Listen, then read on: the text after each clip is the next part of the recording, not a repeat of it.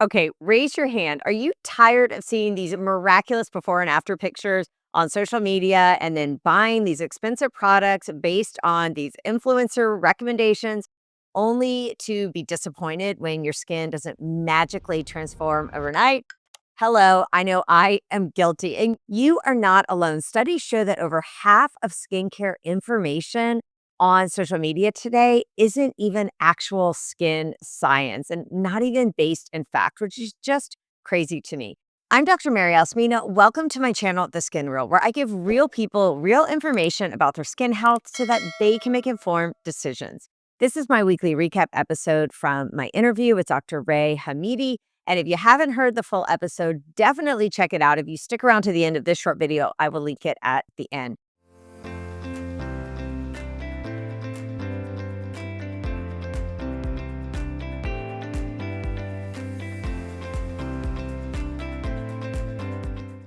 So today I am breaking down my key takeaways from my interview with Dr. Hamidi. And on that episode, we talked about how to spot the red flags and how to find trustworthy, knowledgeable advice that will actually help your skin instead of harm it. And yes, there are some wild things out there on social media. Things like sunscreen causes cancer, which just makes me sick when I hear this because it is the opposite. And I see skin cancers every single day, and I see how devastating it is for people to be cut on and cut on and cut on. And it is really psychologically damaging for people. And one of the best ways to prevent skin cancers is through sun protection. All right, getting a little bit on my soapbox here. You know how I feel about that. But how do we pull out what's good information on Instagram and TikTok where there are people giving good, solid, scientific medical education? And how do we separate that from the noise out there, the people who are just trying to sell us stuff or scare us? So, one of the reasons I came on social media as a middle aged woman who really didn't have an online presence is because I felt like there was this void of good skin information from dermatologists. I know how hard it is to get an appointment with a dermatologist. And I know how these visits are super rushed when you're in an insurance based practice. So I wanted to be able to give really good information for people because I knew there was such a need. And this is really shocking. We talked about it on the main episode, but the scale of misinformation is just mind blowing. And in fact, studies have shown that over half of the skincare information on social media isn't actually based on actual skin science. Okay. So picture that like over half of what you're seeing in your feed goes completely against what we as skin experts, as board certified dermatologists, know works in clinical practice. I mean, that just to me is crazy. And unfortunately, it gets even worse when it comes to advertising. 80% of skincare product ads online are misleading or inaccurate, and only 18% were found to be acceptable by researchers. So, when you're scrolling and you see those incredible before and after pictures, I get it. I stop on them too because I'm like, that can't be real. There's an 80% chance that they are using some gimmicks and tricks to make it look that way. Maybe different lighting, different angles, filters, maybe it's completely Photoshop or AI generated.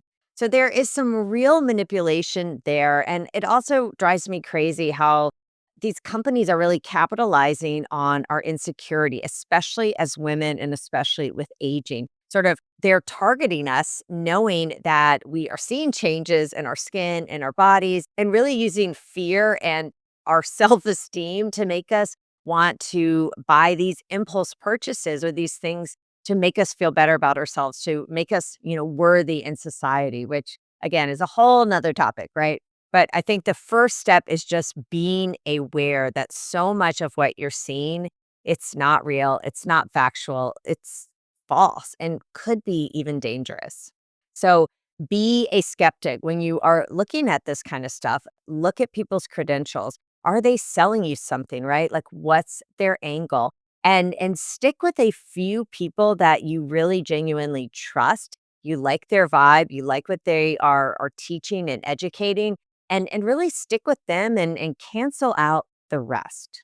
Now, my second key takeaway is why we're so vulnerable to bad advice. So, You might be wondering, why are we all falling for this, right? If we know it's out there, we're aware of it, why is it so easy to fall prey? And here's the thing, it's not your fault. There are several factors here. First of all, there is a crisis of trust in healthcare. And I get it. People are frustrated. I think unfortunately they lump doctors or physicians with the mess with healthcare and insurance and all of that. And all I can say as someone who works in it is that we are just as frustrated and burnout as you all working in this very, very broken system. And when we can only spend a few minutes with our patients, when we're always running behind, when we're always pushed to do and see more and more patients, it's exhausting and it's not why we went into medicine. So I get it. I get where that frustration is coming from. And while I can't change the whole system, I am going to change what I do and what I'm willing to accept. And that is why I am opening a out of network practice where I can see patients and help people on their skin journey without the limitations and the restrictions of insurance. But I get it. Not everyone has that luxury. Not every physician is going to be able to do it. And not every patient is going to be able to seek that out. And unfortunately, people then turn to social media to get their information to fill that void that they maybe in the past would have gotten from seeing a trusted physician who they would rely on and count on to give them really good information. When you have a 10 p.m. skincare question, you're going to get on, I would say, in back in the day, Google, right? But now you're going to get on ChatGPT, you're going to get on AI, you're going to get on a Facebook mom's group, and you're going to ask your friends, right? And you're going to pull out your phone, and in the palm of your hand, you're going to get information. The problem is it good information or is it bad information? Because anyone can say anything nowadays. And if you have a loud platform or it gets shared and liked, it can explode. It can go viral, and it's not always what should. And when you hear something repeated over and over and over again, it's only human nature to say, huh, maybe I'm the one missing something here. Maybe there is something to this, right? And that's how things like this dangerous misinformation about sunscreen causing cancer really spreads. And my third takeaway that I would like to share with you is how to become your own skincare detective, right? How do you protect yourself? Because the onus is really on us as consumers, and we need to be skeptics and we need to be smart and we need to be educated.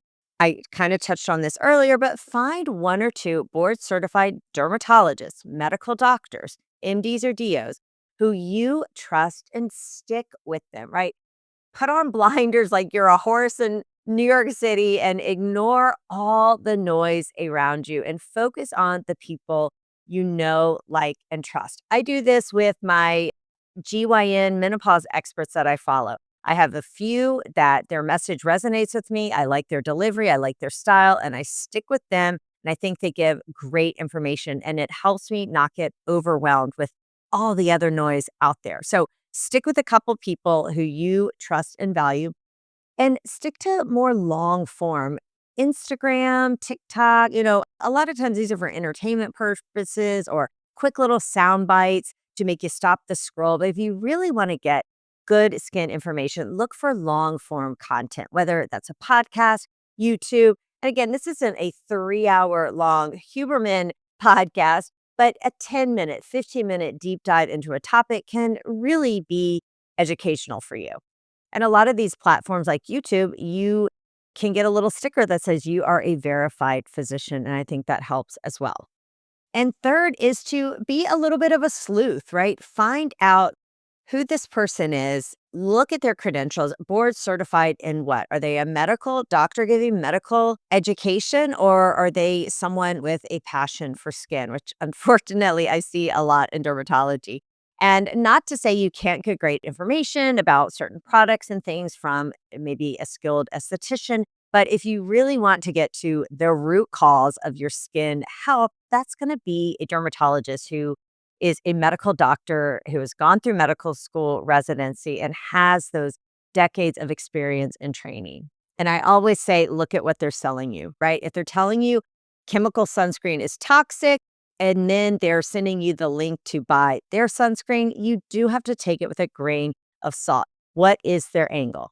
And my last takeaway that I really want to hone in on, and I love that Dr. Hamidi mention this as well because I feel like I harp on this a lot, is that skincare isn't just the topicals, the products that we put on our skin, which is where a lot of people stop. There's so much focus on that. And I get it because this is a consumer based country where people want the quick fix. They want the product. They want, what can I do? What's sort of the quick fix really for beautiful skin? But here's the truth: amazing, healthy skin doesn't start by the topicals you're putting on. Yes, that has a role, but there's so many other things that you need to get first. That foundational piece of holistic health, taking care of your body, focusing on what you're putting into your body, and then how are you using your body, movement, weight training, all of that stuff matters so, so much. And then once you have that foundation, then you can start thinking about the topical products to use.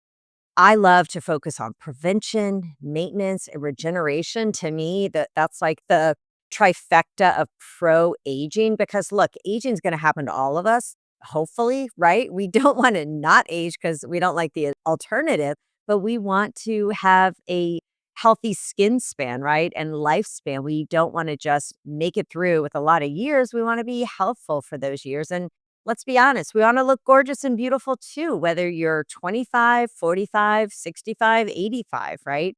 At least I do. So, understanding that the topicals, the products that you use, it's just one component. Taking care of your body, taking care of your mental health. These all matter. Focusing on procedures, when done well, when done thoughtfully with a strategy, not piecemeal, can be so impactful.